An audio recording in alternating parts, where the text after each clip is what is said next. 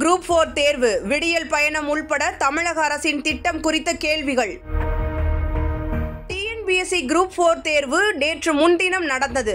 மொத்தம் 13 லட்சம் பேர் தேர்வுக்கு விண்ணப்பித்திருந்த நிலையில் 2 லட்சம் பேர் வரை ஆப்சென்ட் ஆனதாக தகவல் வெளியானது. வினாத்தாளும் கொஞ்சம் கடினமானதாக இருந்ததாகவும் தேர்வர்கள் மத்தியில் பேசப்படும் நிலையில் டிஎன்பிஎஸ்சி தமிழக அரசின் திட்டம் தொடர்பான கேள்விகளும் இடம்பெற்றிருந்தன.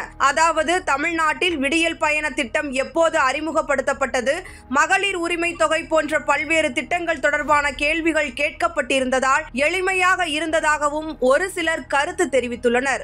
குறிப்பாக பொது அறிவு, தமிழ் போன்றவற்றில் மிகவும் நுட்பமான கேள்விகள் இடம்பெற்றிருந்ததாகவும் தேர்வர்கள் தெரிவித்திருந்தனர். குரூப் 4 தேர்வுகளில் தமிழக அரசின் திட்டங்களை பற்றிய கேள்விகள் இடம்பெற்றிருப்பது திமுக அரசை விளம்பரப்படுத்தும் வகையில் அமைந்திருப்பதாக விமர்சனங்களும் எழுந்தன.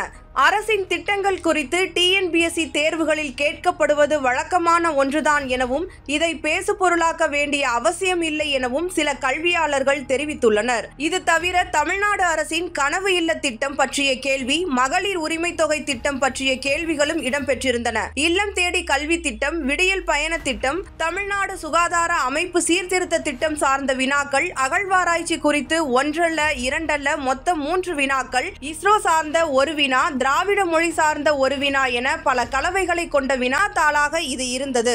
குரூப் 4 தேர்வு ரிசல்ட்டும் 3 மாதத்திற்குள் வெளியிடப்படும் என டிஎன்பிஎஸ்சி தலைவர் பிரபாகர் தெரிவித்திருந்தார். ஆண்டு அட்டவணைப்படி சராசரியாக செயல்படுகிறோம் என்றும் குரூப் 2, குரூப் 2A அறிவிப்பு அடுத்த வாரம் வெளியாகும் எனவும் அவர் கூறினார். கடந்த ஆண்டு 9497 காலி பணியிடங்கள் குரூப் 4 தேர்வுக்கான பதவிகள் இருந்தது. அது 2 ஆண்டுகள் சேர்ந்த காலி இடங்கள் ஆகும். ஆனால் இது ஓராண்டில் ஏற்பட்ட காலி பணியிடங்கள். தேர்வு முடிவு வெளியிடப்படும் வரை காலியிடங்களை சேர்த்துக் கொண்டே வருவோம். எனவே காலி பணியிடங்கள் அதிகரிக்க கூடும் என டிஎன்பிஎஸ்சி தலைவர் பிரபாகர் தெரிவித்திருந்தார்.